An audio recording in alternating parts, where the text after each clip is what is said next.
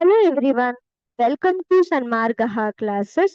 ನಾವು LPA ಜೀವದ ಮೂಲ ಘಟಕ ಪಾಠದ ಪ್ರಶ್ನೋತ್ತರಗಳನ್ನು ವಿವರಿಸುತ್ತಿದ್ದೇವೆ.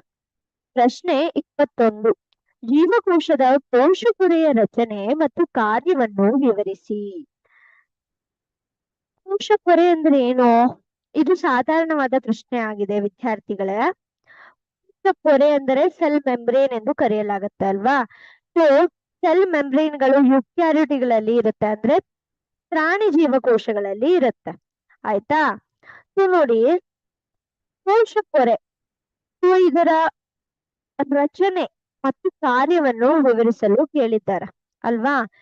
ಸೊ ಕೋಶಪೊರೆ ನೋಡ್ಬೋದು ಇಲ್ಲಿ ನೀವು ಚಿತ್ರಣವನ್ನು.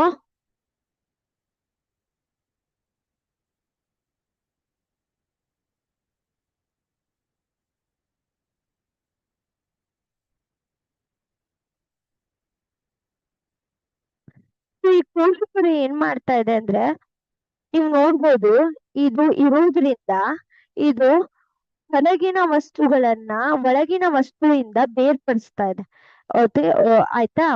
ಮತ್ತೆ ಈ ಕೋಶಪೊರೆಯು ಜೀವಕೋಶವನ್ನು ಸುತ್ತರಿದಿರುವ ಲಿಪಿಡ್ ಆಗಿದ್ದು, ಇಲ್ಲಿ ನೋಡ್ಬೋದು ನೀವು, ಇದೆಲ್ಲವೂ ಲಿಪಿಡ್ ಆಗಿರುತ್ತದೆ. ಇಲ್ಲಿ ನೋಡಿ, ಇದು ಲಿಪಿಡ್ ಆಗಿದೆ.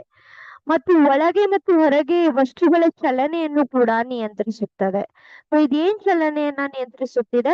ಒಳಗ್ ಬರೋ ವಸ್ತು, ಹೊರಗ್ ಬರೋ ವಸ್ತುಗಳನ್ನ, ತನಗೆ ಬೇಕಾದ ವಸ್ತುಗಳನ್ನ ಮಾತ್ರ ಒಳಗಡೆ ತಗೊಳತ್ತೆ, ಬೇಡವಾದ ವಸ್ತುಗಳನ್ನ ಹೊರಗಡೆ ಕಳಿಸಿಬಿಡತ್ತೆ ಇದು.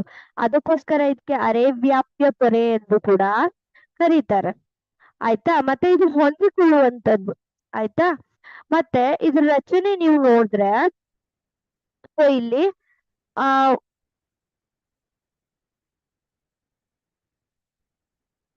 ಇಲ್ಲಿ ರಚನೆಯಲ್ಲಿ ನೀವು ನೋಡ್ಬೋದು, ಲಿಪಿಡ್ಗಳಿರತ್ತೆ, ಮಿಡಲ್ ಕಾರ್ಬೋಹೈಡ್ರೇಟ್ಗಳು ಕೂಡ ಇರತ್ತೆ, ಪ್ರೋಟೀನ್ಗಳು ಕೂಡ ಇರತ್ತೆ.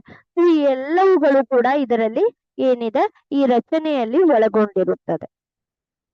Thank you.